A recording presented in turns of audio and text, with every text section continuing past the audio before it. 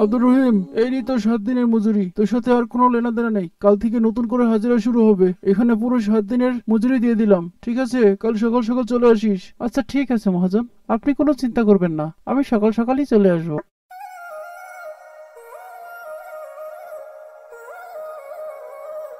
এই বলে আব্দুর রহিম তার মহাজনের কাছ থেকে পুরো 7 দিনের মজুরি নিয়ে বাড়ি ফিরলো। যেতে যেতে সে একটি পুকুর পাড়ে পৌঁছালো। বাহ, এই পুকুরের পানি বেশ টলটল করছে।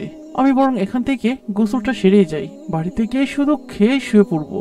আহ এরপর আব্দুর রহিম তার টাকার পুটলিটি পুকুরের পাড়ে রেখে গোসল করতে নেমে পড়লো। আর তখনই হঠাৎ একটি কুকুর এসে তার পুটলিটা খাবার ভেবে কামড় দিয়ে নিয়ে ছুটে গেল।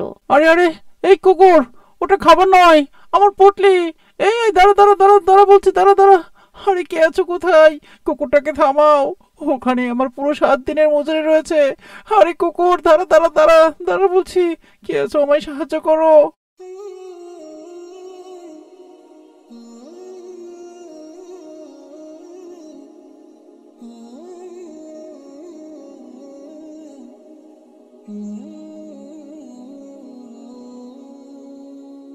কি বলছেন ভাই? কুকুরটা তো এদিক দিয়ে গেল। আরে ভাই, তাড়াতাড়ি একটু আসুন আমার সাথে, আমাকে সাহায্য করুন। ওই কুকুর আমার পুরো 7 দিনের মুদ্রা নিয়ে গেছে ভাই। দয়া করে আমাকে সাহায্য করুন। আসুন, কুকুরটাকে একটু ধরুন। আসুন ভাই, একটু আসুন। এই তোর সবাই চল তো, কুকুরটাকে ধরতে হবে। ধর ধর ধর ধর ধর ধর ধর ধর ধর ধর কুকুরটাকে ধর ধর। এভাবে বেশ কয়েকজন মিলে আব্দুর রহিমের সাথে কুকুরের পিছনে দৌড়াতে লাগলো। এদিকে কুকুরটি দৌড়াতে দৌড়াতে রাস্তার ধারে একটি জঙ্গলের ভিতরে ঢুকলো। তার পিছন পিছন আব্দুর রহমান সহ ওই লোকগুলোও ঢুকলো। তারা যেতে যেতে জঙ্গলের মধ্যে চলে গেল, কিন্তু কুকুরটাকে কোথাও না দেখে সবাই একটু দাঁড়িয়ে। আহ আহ ভাই, কুকুরটাকে তো দেখতে পাচ্ছি না। কোন দিকে গেল? আহ আহ ভাই, আমার পুরো 7 দিনের পরিশ্রম বিফলে গেল ভাই। কুকুরটা কোথায় গেল ভাই? কুকুরটা কোথায় গেল? আহ, কুকুরটা তো ওই পুটলিতে কোনো খাবারও পাবে না। শুধু শুধু আমার পরিশ্রমের টাকাগুলোই আমি হারালাম। আহ, এখন আমি খালি হাতে বাড়ি ফিরে যাব। আমার বউ বাচ্চা যে আমার পথে ফেলে তাকিয়ে আছে, এখন আমি কি করব? আহ, আরে রে ভাই, থামুন তো। আপনি কান্নাটা থামান তো একটু। কেমন তো একটা আওয়াজ শুনলাম আমি। হ্যাঁ ভাই, আওয়াজটা তো আমিও শুনলাম। মনে হয় এদিক থেকে আসছে। চলুন তো একটু এগিয়ে দেখি।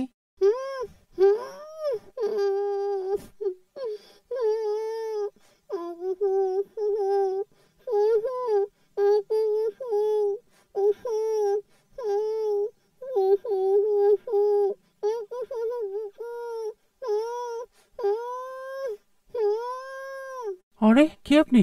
আর আপনার এই অবস্থা কেন? আর এই লোকটাই বা কে? মনে হয় মরে গেছে। এখানে কি হয়েছে?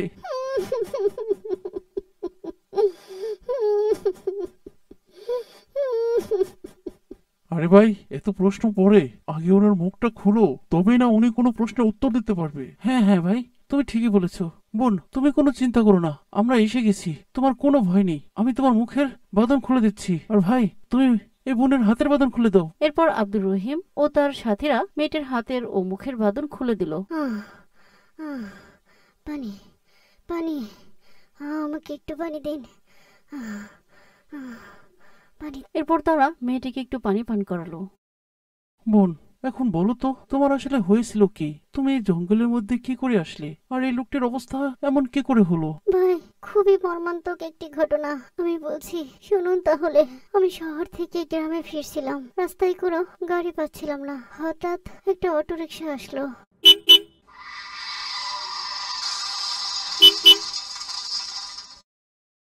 আসসালামু আলাইকুম আপা, কোথায় যাবেন? ওয়ালাইকুম আসসালাম রহমতুল্লাহ। আমি রোহিতপুর যাব ভাই। আসলে আমার বাড়ির লোক আসার কথা, কিন্তু মনে হয় ওরা আসেনি। আপনি যাবেন ওখানে? যাবো না কেন আপামনি? আমাকে কামই তো যাত্রী বহন করা। আসুন, বসুন। এরপর আমি বাড়ির উদ্দেশ্যে সেই অটোতে উঠি। আমি বুঝতে পারিনি এই অটোওয়ালা মনের ভিতরে এত খারাপ চিন্তা ভাবনা ছিল। মেয়েটা দেখতে বেশ সুন্দরী, সাথে বেশ অলংকারও রয়েছে। শহর থেকে এসেছে, ব্যাগে নিশ্চয়ই দামি কিছু থাকবে। এত দূরের পথ, নির্জন রাস্তা, আবার অটোতে একাই উঠেছে। সুযোগটা কাজে লাগানো দরকার। হুম, কিন্তু প্রথমে মেয়েটার সঙ্গে আমাকে ভালো সাজতে হবে। হুম। কি ব্যাপার ভাই, গাড়ি হঠাৎ বন্ধ হয়ে গেল কেন? কোনো সমস্যা? আপামনি, বুঝতেছে না কি হলো, গাড়ি তো স্টার্ট নিচ্ছে না, কি যে হলো। আপনি চিন্তা করবেন না আপামনি, আপনি দাঁড়ান, আমি দেখছি।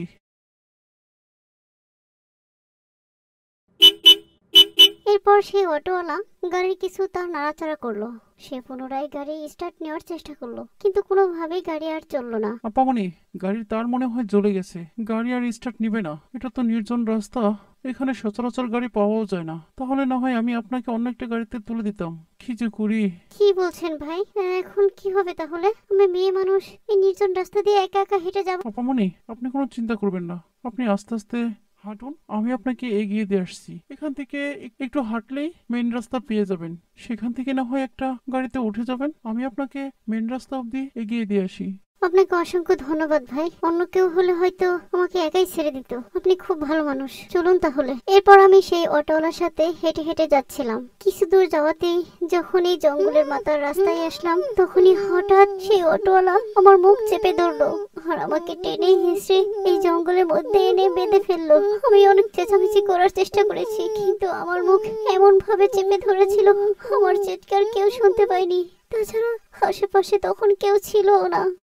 তারপর কি হলো বোন? তারপর আহ! আহ!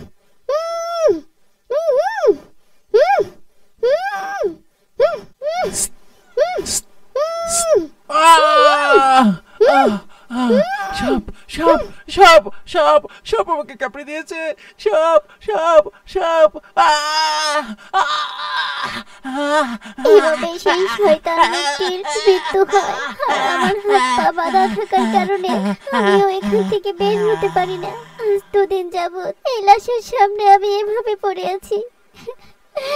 আমি তো আশা ছেড়েই দিয়েছিলাম, ভেবেছিলাম আল্লাহ পাক হয়তো আমাকে এভাবেই মরণ দিবেন, এভাবেই হয়তো আমার ভাগ্যে মরণ লেখা ছিল।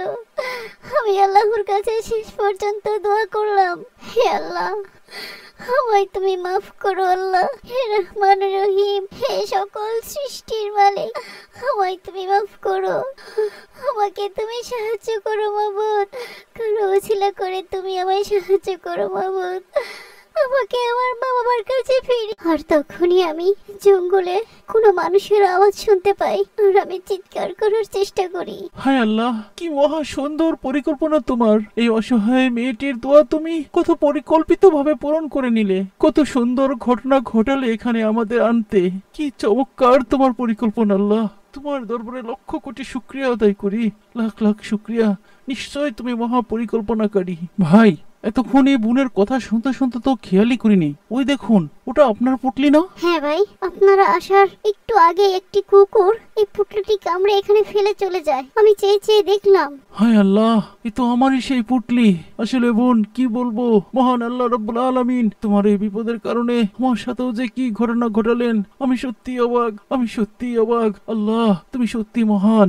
ভাই, এখানে আসার পিছনে আপনাদের সাথে কি ঘটেছিল আমি জানতে চাই ভাই। বোন, আমি একজন সামান্য দিনমজুর। আমি প্রত্যেক সপ্তাহে একবার করে আমার মজুরি নেই। আজ আমার মহাজন আমাকে পুরো সপ্তাহের মজুরি একসাথে দিয়েছে। সেই মজুরি নিয়ে আমি বাড়ি ফিরছিলাম। আমি খুব ক্লান্ত ছিলাম। আমি একটি পুকুরের পাড় দিয়ে যাচ্ছিলাম। এরপর আমার এই টাকার পুটলিটি আমি পুকুরের পাড়ে রেখে সেই পুকুরে গোসল করতে নামি। আর তখনই কোথা থেকে একটি কুকুর এসে আমার এই পুটলিটাকে খাবারের পুটলি ভেবে হয়তো কামড় দিয়ে ছুটে যায়। আমি দৌড়াতে থাকি। আমার সাথে সাথে আমার এই ভাইরাও আমার এই পুটলিটা উদ্ধার করার জন্য দৌড়াতে থাকে।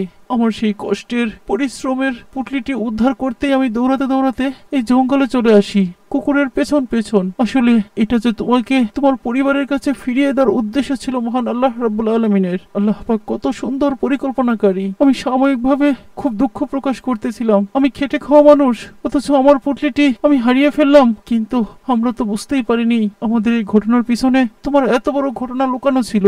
আল্লাহ, সত্যি তুমি মহান, তুমি মহান আল্লাহ, তুমি মহান।